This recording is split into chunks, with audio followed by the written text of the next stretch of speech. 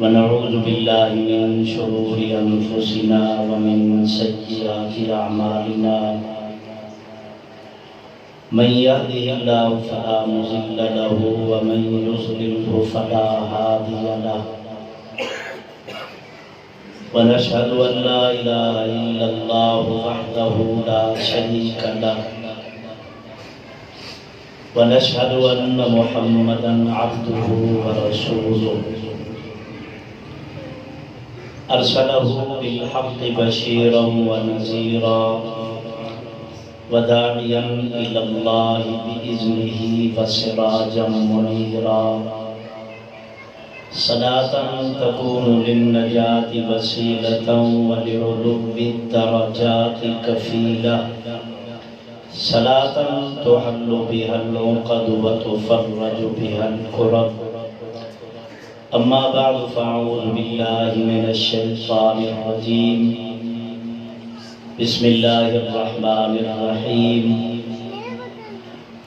ربنا وابعث فيهم رسولا منهم يتلو عليهم آياتك ويعلمهم الكتاب والحكمة ويزكيهم إنك أنت العزيز الحكيم قال النبي صلى الله عليه وسلم أنا سيد ولد آدم ولا فخر وقال النبي صلى الله عليه وسلم أنا ثمرة دعوة أبي إبراهيم أو كما قال عليه الصلاة والسلام صدق الله العظيم وصدق رسوله النبي الكريم ونحن على ذلك لمن الشاهدين والشاكرين والحمد لله رب العالمين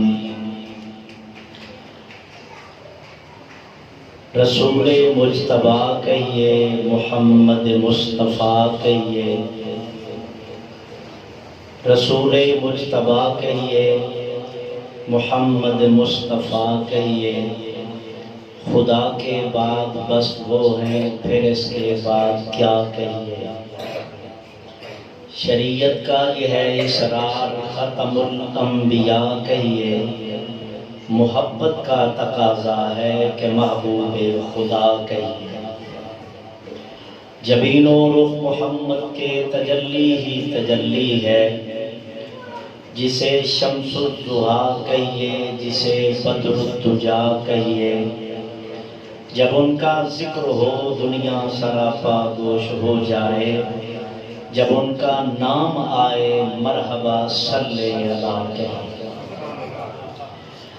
ادب کی گالیاں سن کر بھی من میلا نہیں ہوتا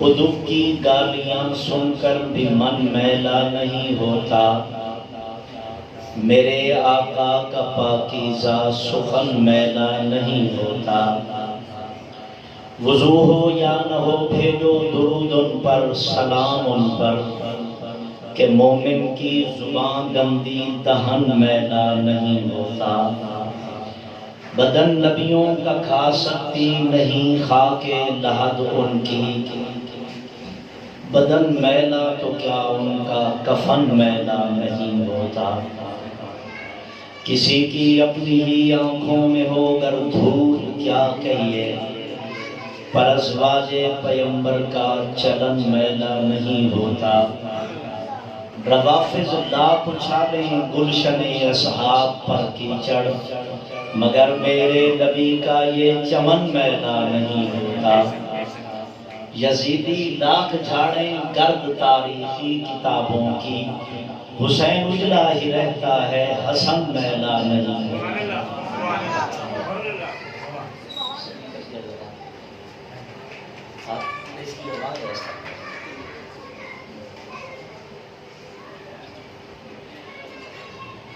محبت اور عقیدت کے ساتھ عبادت کی نیت سے بآواز بلند درود پاک پڑھ لیجیے۔ اللہم صلی علی محمد وعلی آل سیدنا و مولانا محمد وبارک وسلم ثم صلی علیہ۔ اللہم صلی علی محمد وعلی آلہ وسلم تسلیما کثیرا کثیرا اللہم انزلہ المقعد المقرب عندک یوم القیامہ۔ احباب، ہم سب کا مل بیٹھنا اپنی بارگاہ میں شرف قبولیت سے نوازے، بلند آواز سے کہہ دیجیے آمین۔ ذکر مصطفیٰ کرنے لگے ہیں۔ میری ابتدا میں گزارش ہوگی آپ حضرات سے کہ جب بھی رحمت کائنات، فخر دو عالم، حبیب کبریا، سید الکونین صلی اللہ علیہ وسلم کا نام نامی اس میں گرامی آئے تو آپ حضرات محبت کے ساتھ پڑھیے گا صلی اللہ علیہ وسلم۔ یہ انتہائی مجرب وظیفہ ہے، پریشانیوں کا علاج ہے، دکھوں کا مداوع ہے، غم ختم کرنے والا ایک مستقل خوبصورت سا نسخہ ہے۔ آپ بھی آزما کے دیکھیے، جب بھی پریشانی لاحق ہو تو ذکر خدا کے بعد رحمت کائنات صلی اللہ علیہ وسلم کی ذات اقدس پہ درود پڑھا کرو۔ درود پڑھنا تمہارا کام ہے، پریشانیوں کو دور کرنا میرے مالک کا کام ہے۔ کسی بھی محسن کا شکریہ ادا کرنا باشعور لوگوں کا شیوا ہوتا ہے کہ وہ محسن کے احسان کو کبھی بھولا نہیں کرتے۔ تہذیب سے دور لوگوں کا یہ شیوا ہے کہ وہ محسن کے احسانات کو بھول جایا کرتے ہیں۔ اللہ کے بعد مخلوق میں سے سب سے زیادہ اگر امت پہ احسان ہے تو وہ رحمت کائنات کی ذات ہے۔ جب آپ علیہ السلام کی ذات محسن ہے، محسن کائنات ہیں، وہ محسن دو جہاں ہیں، ہمارا یہ حق بنتا ہے کہ ہم حضور علیہ السلام کی ذات پر زیادہ سے زیادہ درود پاک پڑھا کریں۔ اور یہ موقع اللہ تعالیٰ روز میسر نہیں کرتا زندگی میں، کبھی کبھی اس طرح کے مواقع نصیب ہوتے ہیں، تو آج بھی یہ انہی مواقع میں سے ایک موقع ہے۔ میں درخواست کروں گا، دوبارہ درخواست کر رہا ہوں کہ جب بھی آپ کا ذکر خیر ہو، آپ کا نام نامی اس میں گرامی آئے تو آپ نے کہنا ہے کیا؟ صلی اللہ، اور بلند آواز سے صلی اللہ علیہ وسلم۔ آپ کا ذکر خیر ایمان کی حلاوت ہے، آپ کا ذکر خیر ایمان کی رونق ہے، آپ کا ذکر خیر ایمان کی ترقی کا ذریعہ ہے، آپ کا ذکر خیر ایمان کو بڑھانے کا ذریعہ ہے۔ خدا کے بعد ان کی گفتگو ہونا ضروری ہے، رضائے مصطفیٰ کی جستجو ہونا ضروری ہے۔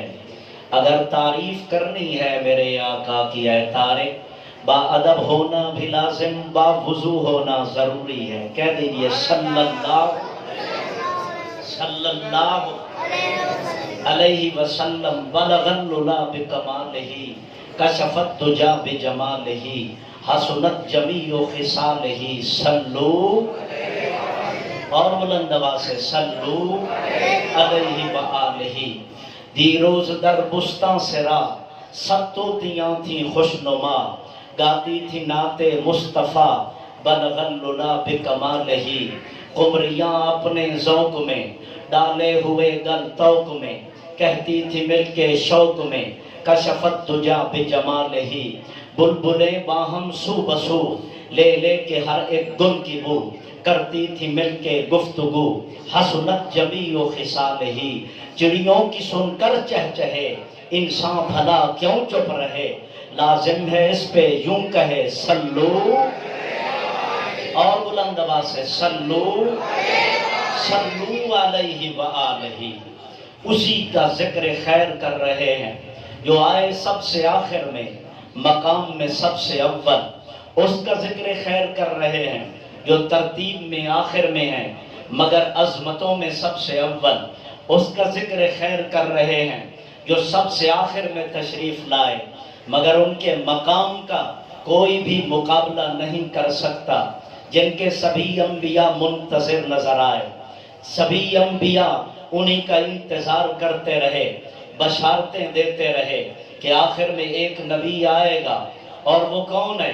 وہ آقا کے جس کے سبھی منتظر تھے، وہ محبوب جس کے نبی منتظر تھے، وہ مکہ کی وادی میں چمکا ستارہ، وہ رب کی عنایت کا ایک استعارہ، وہ محبوب سارے حبیبوں میں یکتا، وہ مطلوب دل کے طبیبوں میں یکتا، وہ ذرے کو صحرا بنا دینے والا، وہ ایک رب کے آگے جھکا دینے والا، وہ جس پہ یہ سارا زمانہ فدا ہے، وہ بعد از خدا بس میرا مصطفیٰ ہے، وہی جس کی معراج عرش بری ہے، خدا نے کوئی اور سا بنایا نہیں ہے، وہی جس کے القاب صادق امی ہیں، یہ شمس و قمر جس کے زیر نگی ہیں، وہ محبوب عائشہ کے گھر میں ہے رہتا، وہ ہر دم خدا کی نظر میں ہے رہتا، جہاں پہ ملائک کا ڈیرا ہے لوگو، وہیں مصطفیٰ کا بسیرا ہے لوگو، وہیں اس کے پہلو میں دو یار رہتے، سبھی مومنوں کے ہیں سردار رہتے، وہ جنت سے آئے ہیں جنت میں رہتے، وہ اپنے نبی کی معیت میں رہتے، فدا میں نبی کے صحابہ پہ جاؤں، میں آل نبی کے صدا گیت گاؤں، سبھی کو یہ رتبہ ملا جن کے صدقے، زمین آسمان کی بقا جن کے صدقے، وہی میرا رہبر وہی رہنما ہے، میرا مصطفیٰ ہے، میرا مصطفیٰ ہے، صلی اللہ اور بلند آواز سے صلی اللہ علیہ وسلم۔ ہم ان کا ذکر خیر کر رہے ہیں جن کا نام نامی اسم گرامی محمد ہے، صلی اللہ ہو نہ یہ نام تو کلیوں کا تبسم بھی نہ ہو، چمن دہر میں بلبل کا ترنم بھی نہ ہو، یہ نہ ساقی ہو پھر میں بھی نہ ہو، خم بھی نہ ہو، بس میں توحید بھی دنیا میں نہ ہو، تم بھی نہ ہو، خیمہ افلاک کا استادہ اسی نام سے ہے، نبض ہستی تپش آمادہ اسی نام سے ہے، دشت میں دامن کوہسار میں میدان میں ہے، باہر میں موج کی آغوش میں طوفان میں ہے، چین کے شہر مراکش کے بیابان میں ہے، اور پوشیدہ مسلمان کے ایمان میں ہے، چشم افلاک یہ نظارہ ابد تک دیکھے، رفعت شان و رفعنا لک ذکرک دیکھے، صلی اللہ علیہ وسلم۔ پھر پڑھ لیجئے، بلغ العلا بکمالہ، کشف الدجا بجمالہ، حسنت جمیع خصالہ، صلو علیہ وآلہ۔ حضور صلی اللہ علیہ وسلم کا ارشاد گرامی ہے، انا ثمرۃ دعوت ابی ابراہیم، میں اپنے باپ ابراہیم کی دعا بن کے دنیا میں آیا ہوں۔ میں نے اسی دعا کے متعلق کی گزارشات عرض کرنی ہے۔ میں اپنے باپ ابراہیم کی دعا بن کے دنیا میں آیا ہوں، اور ایک حدیث پاک میں اللہ کے نبی صلی اللہ علیہ وسلم نے 3 چیزوں کا ذکر فرمایا۔ نمبر 1، میں حضرت ابراہیم یعنی اپنے باپ کی دعا بن کے آیا ہوں۔ نمبر 2، میں عیسیٰ علیہ السلام کی بشارت بن کے آیا ہوں۔ اور نمبر 3، میں اپنی والدہ سیدہ آمنہ کے خوابوں کی تعبیر بن کے آیا ہوں، صلی اللہ علیہ وسلم۔ عیسیٰ علیہ السلام کی بشارت بن کے آیا ہوں۔ اللہ کا قرآن گواہ ہے، اللہ کا قرآن کہتا ہے عیسیٰ علیہ السلام اللہ کے جلیل القدر نبی ہیں، نبی بھی ہیں، رسول بھی ہیں۔ حضرت عیسیٰ علیہ السلام صاحب شریعت ہیں، صاحب کتاب ہیں۔ اللہ کا قرآن ان کی اس بشارت کو نقل کر رہا ہے۔ وَإِذْ قَالَ عِيسَى ابْنُ مَرْيَمَ يَا بَنِي إِسْرَائِيلَ إِنِّي رَسُولُ اللَّهِ إِلَيْكُمْ۔ اللہ کے پیغمبر حضرت عیسیٰ علیہ السلام بنی اسرائیل سے مخاطب ہیں۔ انی رسول اللہ، میں اللہ کا رسول ہوں، الیکم تمہاری طرف بھیجا گیا ہوں، مصدقا لما بین یدی من التوراۃ اپنے سے پہلے آنے والی کتاب یعنی تورات کی میں تصدیق کرنے والا ہوں، ومبشرا برسول اور خوشخبری دینے والا ہوں ایسے رسول کی، یاتی من بعد اسمہ احمد جو میرے بعد آئے گا ان کا نام نامی اس میں گرامی احمد ہوگا۔ یہ عیسیٰ علیہ السلام کی وہ بشارت ہے جس کے لیے امام الانبیاء، خطیب الانبیاء، فخر الانبیاء،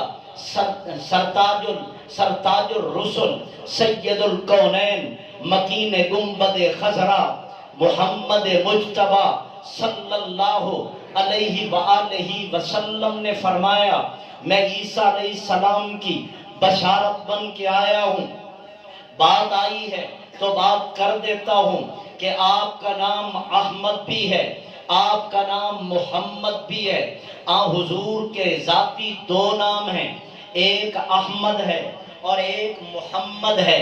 علماء نے لکھا ہے حضور علیہ السلام کا نام عرشوں پہ احمد ہے، فرش پہ محمد ہے۔ آپ کا نام نامی اس میں گرامی پہلی کتابوں میں احمد ہے، قرآن مقدس میں جس کا زیادہ ذکر آیا ہے وہ محمد ہے صلی اللہ علیہ وسلم۔ پہلی امتوں میں آپ کا نام احمد ہے، اس امت میں آپ کا نام محمد ہے، تو آپ کا نام احمد بھی ہے، آپ کا نام محمد بھی ہے۔ احمد کا معنی ہوتا ہے تعریف کرنے والا، سب سے زیادہ تعریف کرنے والا۔ محمد کا معنی ہوتا ہے جس کی تعریف کی جائے اسے محمد کہتے ہیں۔ آپ احمد بھی ہیں، آپ محمد بھی ہیں۔ میں ذکر مصطفیٰ کر رہا ہوں۔ اللہ کی رحمتوں کا نزول ہوتا ہے جہاں ذکر مصطفیٰ ہوتا ہے۔ آپ احمد بھی ہیں اور آپ محمد بھی ہیں۔ احمد کا معنی جو سب سے زیادہ تعریف کرے اللہ کی اسے احمد کہتے ہیں۔ میرے محبوب رکوع میں ہوں، اللہ کی تعریف کریں، آپ احمد ہیں۔ آپ سجدے میں سبحان ربی الاعلیٰ کریں، آپ احمد ہیں۔ آپ وجود پہ پتھر کھائیں، اللہ کا ذکر کریں، آپ احمد ہیں۔ آپ صفا مروہ پہ چڑھیں، اللہ کا ذکر کریں، آپ احمد ہیں۔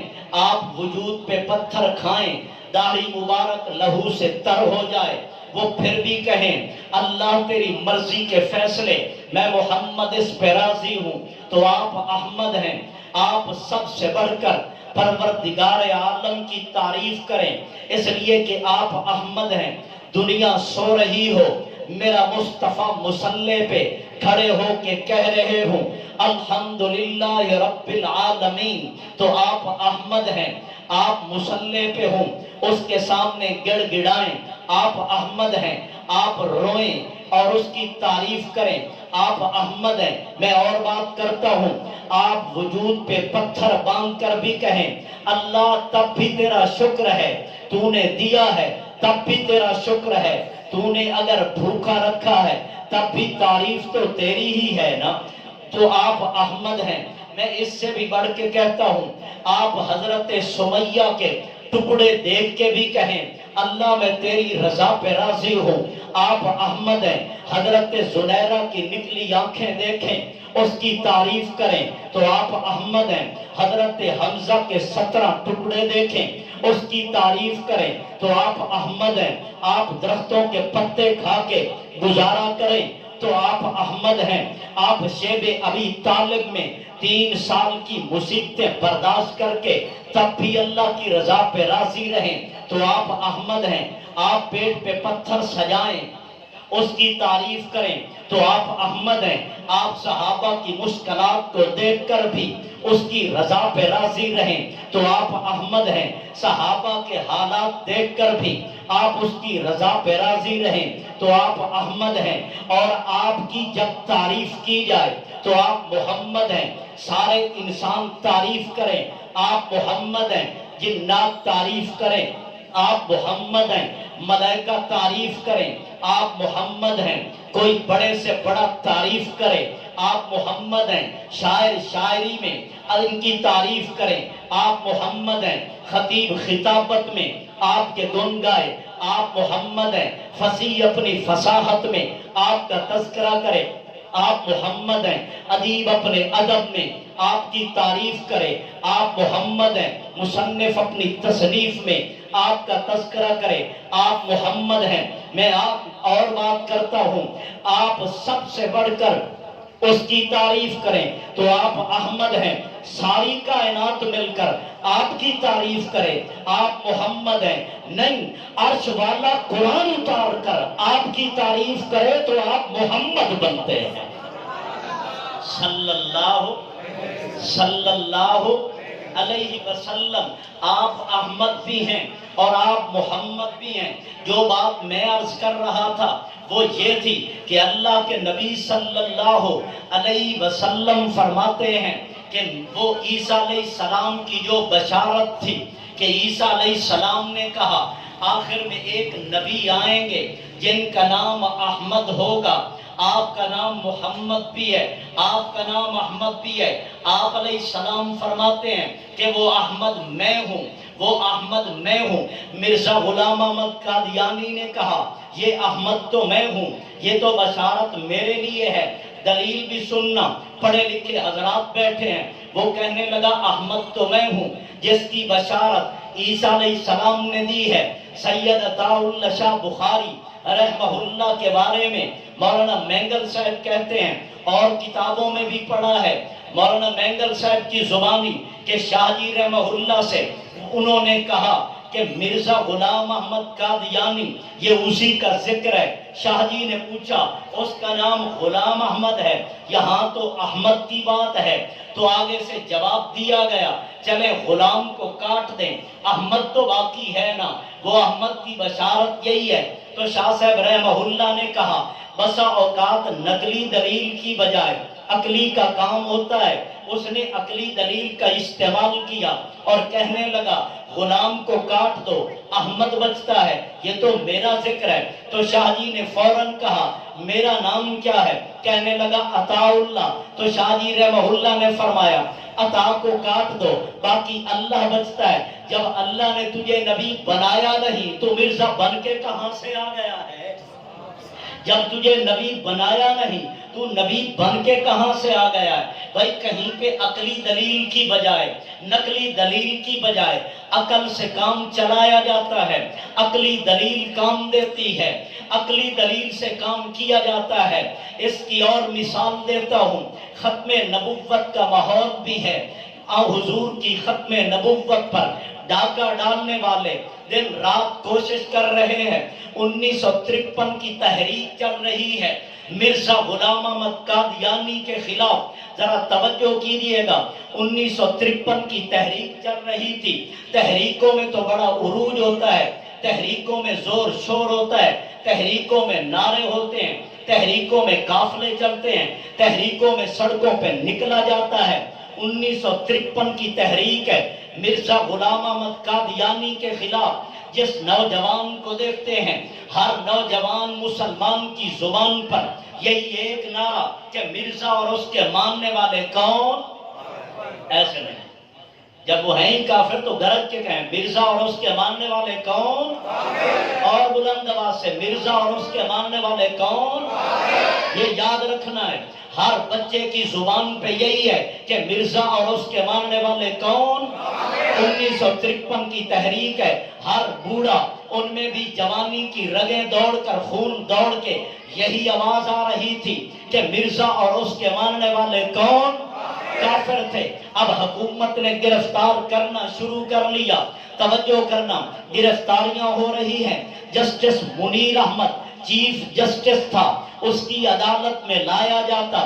جسٹس منیر احمد کے پاس جب قیدیوں کو لایا جاتا تو وہ جسٹس یہی سوال کرتا کہ مرزا کو تم کیا کہتے ہو؟ اب یاد رکھیے، ختم نبوت کا مسئلہ ہو، صحابہ کا مسئلہ ہو، رحمت کائنات صلی اللہ علیہ وسلم کی ذات کا مسئلہ ہو، عظمت قرآن کا مسئلہ ہو، مسلمان کبھی سودے بازی کرتا نہیں ہے۔ اہل بیت کا مسئلہ ہو، مسلمان سودے بازی نہیں کرتا۔ جو فتویٰ ممبر پہ پڑھا جاتا ہے، جو فتویٰ بند کمرے میں بیٹھ کے لکھا جاتا ہے، جو فتویٰ کمرے سے نکل کر کتاب کی صورت اختیار کر لیا کرتا ہے، وہی نعرہ سڑک پہ بھی ہوتا ہے، وہی عدالت میں بھی ہوتا ہے۔ اب یہی سنا تھا مرزا اور اس کے ماننے والے کافر ہیں۔ جسٹس منیر احمد کی عدالت لگی ہوئی تھی آئین پاکستان سے باہر۔ میں بات نہیں کر رہا، یہ ہمارے ملک کے آئین کا حصہ ہے، ہمارے ایمان کا بھی حصہ ہے، ہمارے آئین کا بھی حصہ ہے۔ اب جسٹس منیر احمد پوچھتا کہ تم کیا کہہ رہے تھے؟ ہم نعرے لگا رہے تھے۔ وہ کہتا مرزے کو کیا سمجھتے ہو؟ تو فوراً سبھی یہی جواب دیتے۔ آپ سے بھی یہی جواب پوچھنا چاہتا ہوں۔ جسٹس منیر احمد پوچھتا کہ مرزے کو تم کیا کہتے ہو؟ سارے مسلمان جواب دیتے کہ کون؟ وہ کافر ہے مرزا غلام احمد قادیانی اور اس کا کوئی بھی ماننے والا، وہ یہی بات کرتے۔ اب دیکھیے، آپ حضرات کافر تو کہہ رہے ہیں، مگر کفر کی تعریف وہ کسی کو آتی ہوگی، کسی کو نہیں آتی ہوگی۔ جسٹس منیر احمد پوچھتا جب تم کافر کہہ رہے ہو، کفر کی تعریف کیا ہے؟ اب کسی کو بھی نہیں آتی کفر کی تعریف، کیونکہ جو مسئلہ شہرت پا جاتا ہے، جو بات معاشرے میں زیادہ شہرت اختیار کرتی ہے، اس کی تعریف کرنا مشکل ہو جاتا ہے۔ اب تعریف تو نہیں ہو سکتی تھی۔ دوسرے دن جسٹس منیر احمد اخبار میں بیان لگوا دیتا کہ میں نے اتنے لوگوں کو پکڑا، ان میں مولوی بھی تھے، چونکہ حقارت کی نظر سے دیکھتے تھے، مولوی بھی تھے جن کو کفر کی تعریف ہی کوئی نہیں آئی۔ لوگ ہر داڑھی والے کو مولوی کہتے ہیں، ان کو کفر کی تعریف ہی نہیں آئی۔ انتہائی سکی ہوئی، مرزائیت بڑی خوش ہوئی کہ شیخ القرآن والحدیث حضرت مولانا محمد ادریس کاندلوی، کہہ دیجئے رحمہ اللہ تعالی، مولانا ادریس کاندلوی رحمہ اللہ نے جب اخبارات کی ان سرخیوں کو دیکھا بڑا احساس ہوا۔ انہوں نے درخواست بھیجی، پیغام بھیجا چیف جسٹس صاحب کے پاس کہ آپ مجھے بلائیں، میں کفر کی تعریف بتانا چاہتا ہوں۔ آخر مولانا ادریس کاندلوی رحمہ اللہ کو بلایا جاتا ہے۔ مولانا کاندلوی رحمہ اللہ جسٹس منیر احمد کی عدالت میں داخل ہوئے، جو ملک کے چیف جسٹس تھے۔ 1953 کی تحریک ہے۔ جسٹس منیر احمد نے پوچھا مرزا کے بارے میں کیا موقف ہے؟ تو مولانا کاندلوی رحمہ اللہ نے کہا مرزا اور اس کے ماننے والوں کو ہم کافر سمجھتے ہیں، اس لیے کہ وہ آن حضور کی ختم نبوت کے منکر ہیں۔ تو اس نے کہا کفر کی تعریف کیا ہے؟ تو حضرت مولانا کاندلوی رحمہ اللہ نے کہا جو ضروریات دین میں سے کسی ایک چیز کا بھی انکار کر دے وہ بھی کافر ہے، جو اس کی غلط تعویل کر دے وہ بھی کافر ہے۔ تو جسٹس منیر احمد کہنے لگا اب تک اتنے لوگ میرے پاس گرفتار ہو کے آئے، ان میں سے تو کسی کو بھی کفر کی تعریف نہیں آتی تھی، آپ نے بتا دی ہے۔ تو مولانا کاندلوی رحمہ اللہ نے یہی فرمایا کہ جو چیز زیادہ پھیل جاتی ہے اس کی تعریف مشکل ہو جاتی ہے۔ کہنے لگا میں اس بات کو نہیں مانتا کہ جو چیز حد شہرت کو پہنچ جائے مگر تعریف مشکل ہو جائے۔ تو مولانا کاندلوی رحمہ اللہ نے اس کے ٹیبل پہ پڑے ہوئے گلاس کے متعلق کہا آپ چیف جسٹس ہیں، ملک کی سپریم کورٹ عدالت میں بیٹھے ہیں، آپ مجھے یہ بتائیے گلاس کسے کہتے ہیں؟ وہ کہنے لگا گلاس کہتے ہیں جس میں پانی کو لے کے پیا جائے۔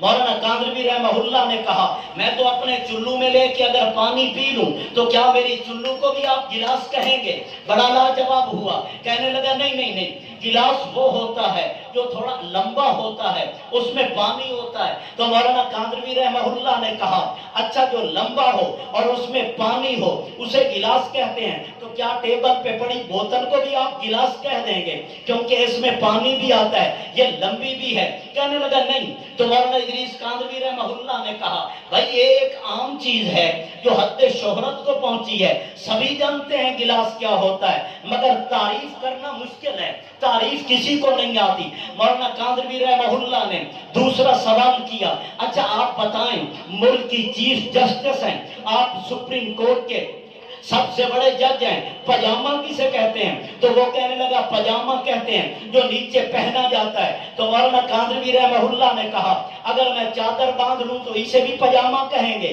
کیونکہ وہ بھی نیچے ہی باندھا جاتا ہے۔ کہتا ہے نہیں، پجامہ وہ ہوتا ہے جو نیچے پہنا جاتا ہے اور اس میں 2 سوراخ بھی ہوتے ہیں۔ تو مولانا کاندھلوی مسکرا دیے کہ نیچے پہن کے بھی نیچے کچھ اور بھی ہوتا ہے جس میں 2 سوراخ بھی ہوتے ہیں، کیا آپ اس کو پجامہ کہیں گے؟ کہتا ہے نہیں۔ معافی مانگ کے کہنے لگا حضرت میں سمجھ گیا ہوں جو چیز شہرت اختیار کر لیتی ہے اس کی تعریف کرنا مشکل ہو جاتا ہے، اسی لیے شاہ جی رحمہ اللہ نے کہا تھا اگر غلام کو کاٹ دیا جائے احمد بچتا ہے، تو کہتا ہے وہ احمد میں ہوں۔ عطا کو کاٹ دیا جائے تو اللہ بچتا ہے، جب اللہ نے تجھے نبی بنایا نہیں تو تو بن کے کہاں سے آیا ہے؟ نعرہ تکبیر، آمنہ کے لال صلی اللہ شان صحابہ، تابعین علماء دیوبند، اب حضور صلی اللہ علیہ وسلم فرماتے ہیں کہ میں اپنے باپ ابراہیم کی دعا بن کے دنیا میں آیا ہوں، عیسیٰ علیہ السلام کی بشارت بن کے دنیا میں آیا ہوں۔ اب دعا دیکھیے، اللہ کے نبی فرماتے ہیں انا ثمرۃ دعوت ابی ابراہیم، میں آپ کا وقت ضائع نہیں کروں گا، دعائے خلیل پہ بات کر رہا ہوں۔ میں اپنے باپ ابراہیم کی دعا بن کے دنیا میں آیا ہوں۔ دعائے خلیل کیا ہے؟ وہ دعا کیا ہے جو اللہ کے نبی حضرت ابراہیم نے مانگی ہے؟ وہ دیکھو بیت اللہ بنایا گیا، اللہ کی اس زمین پر سب سے پہلا مرکز اللہ کی وحدت کا، اس زمین پر اس کی کبریائی کا، اس کے ذکر کا سب سے پہلا مرکز وہ بیت اللہ کہلاتا ہے۔ این اوپر آسمان میں ایک بیت المعمور ہے، نیچے بیت اللہ ہے، اوپر بیت المعمور ہے، وہ فرشتوں کی عبادت گاہ ہے، یہ انسانوں کی جنوں کی عبادت گاہ ہے۔ وہاں فرشتے طواف کرتے ہیں، یہاں انسان طواف کرتے ہیں، وہ بھی تجلیات الہیہ کا مرکز ہے، یہ بھی تجلیات الہیہ کا مرکز ہے۔ وہاں بھی اللہ کا جلال ہے، یہاں بھی اللہ کا جلال ہے۔ ابراہیم علیہ السلام نے اسی بیت اللہ کو تعمیر کیا۔ جب بیت اللہ بنا لیا تو ابراہیم علیہ السلام نے اللہ کی رضا کے لیے اللہ کا گھر تعمیر کیا، جس کی تعمیریں پہلے بھی ہو چکی تھی، مگر اب حضرت ابراہیم کے حصے میں یہ تعمیر آئی کہ حضرت ابراہیم علیہ السلام نے بیت اللہ کو بنایا۔ جب بیت اللہ بن گیا، عجیب اتفاق یہ ہے بیت اللہ کو تعمیر کیا، ایک بنانے والا دوسرا بنوانے والا، بنانے والا بھی نبی ہے، بنوانے والا بھی نبی ہے، جس نے حکم دیا وہ رب العالمین ہے۔ ایک بنانے والا وہ بھی پیغمبر ہے، ساتھ معاملت کرنے والا وہ بھی پیغمبر ہے، بنانے والا بھی اللہ کا نبی ہے، ساتھ معاملت کرنے والا بھی اللہ کا نبی ہے۔